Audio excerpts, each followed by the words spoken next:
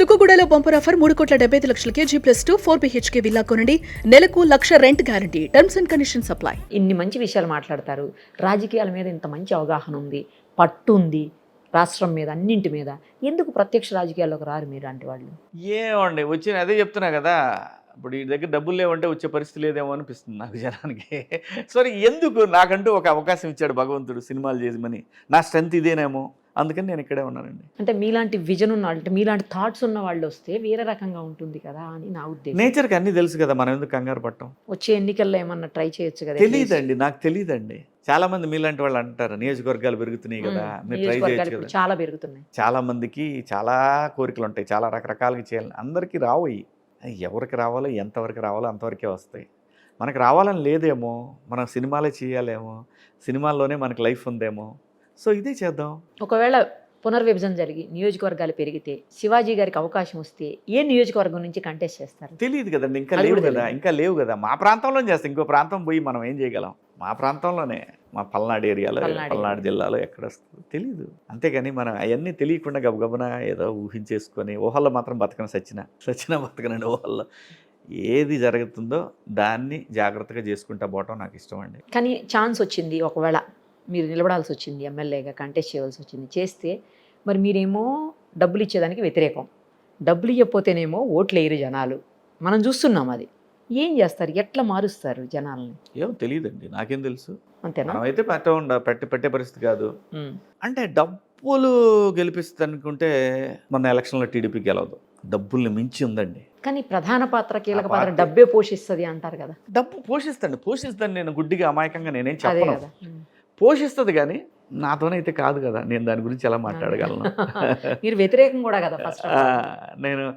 నేను అనేది ఇంకా కొంచెం ఫోన్ తగ్గిద్దేమో అని అనుకుంటున్నాను జనం దృష్టిలో. ఎందుకంటే అండి విపరీతమైనటువంటి ఫ్రీబీస్ కూడా మంచిది కాదు, వ్యవస్థకు మంచిది కాదు. తెలుసుకుంటున్నారు, ప్రజలు కూడా తెలుసుకుంటున్నారు. డబ్బులు ఎక్కడి నుంచి వస్తాయి, అది ఊరికే రావు కదా. జనానికి తెలుస్తుంది.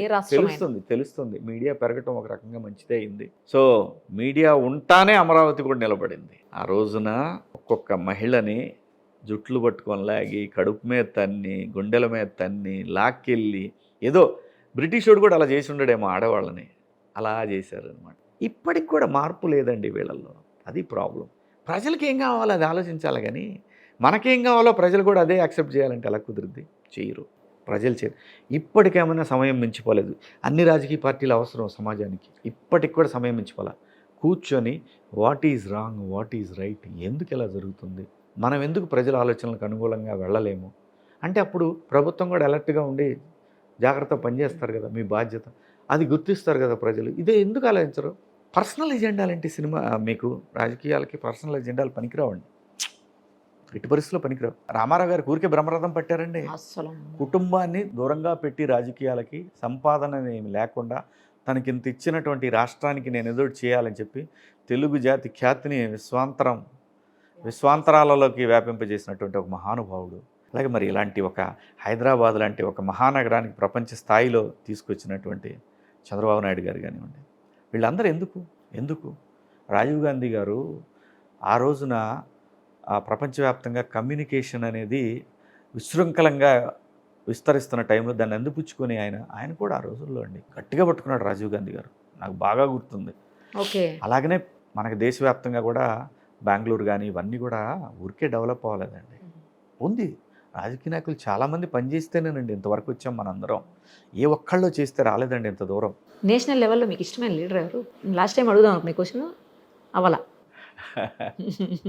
నిజంగా దేశానికి లీడర్ చాలా అవసరం అండి. ఏ దేశం అయినా సరే ముందుకు నడవాలంటే లీడర్ చాలా అవసరం.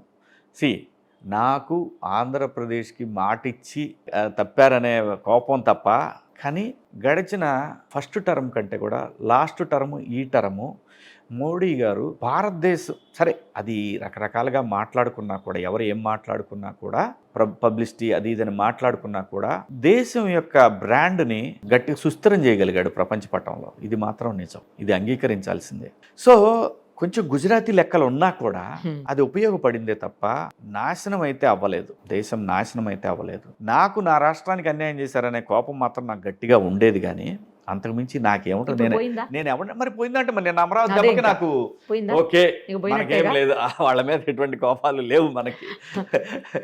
సో రాష్ట్రానికి ఏం కావాలంటే దొరుకుతూ ఉంది. సో అదే చెప్పాను కదా ఇందాక, ప్రజలకి వాళ్ళకి ఏం కావాలో వాళ్ళకి తెచ్చుకునే అవకాశం కూడా వస్తుంది. అలా ఎన్డీఏలో తెలుగుదేశం పార్టీ మెంబర్ అవటం, ఇక్కడ ఎన్డీఏలో తెలుగు రాష్ట్రాల అవసరం ఉండటం, సో ఆటోమేటిక్గా ప్రజలకి ఏం కావాలనేది ఇక్కడ నాయకుడు గుర్తిస్తే అక్కడ వాళ్ళు కూడా గుర్తించి సపోర్ట్ చేయటం, ఇదంతా కూడా పర్ఫెక్ట్గా ఉంది. అంతే నేను అనేది, ప్రజలు పిచ్చోళ్ళు కాదు, నేచర్ ఎప్పుడు కూడా తప్పు చేయదు, బ్యాలెన్స్ చేస్తుంది అన్నిటినీ. అలా బ్యాలెన్స్ చేసింది కాబట్టే ఆంధ్రప్రదేశ్ అమరావతికి ఈ రోజున ఇన్ని కంపెనీలు, ఈ విధమైనటువంటి డెవలప్మెంట్, ఇదంతా కూడా ఎన్ని రోడ్లు అండి, ఎన్ని రోడ్లు వస్తున్నాయి అనుకున్నారు అసలు? అబ్బో ఎన్ని రోడ్లు, ఎన్ని నేషనల్ హైవేలు వస్తున్నాయి, ఎన్ని ప్రాజెక్ట్స్. పోలవరం ఇప్పుడు కంప్లీట్ అయ్యి, అంటే నిజాయితీగా అయిపోతుందా? త్వరలో అయిపోద్ది, ఖచ్చితంగా అయిపోద్దండి.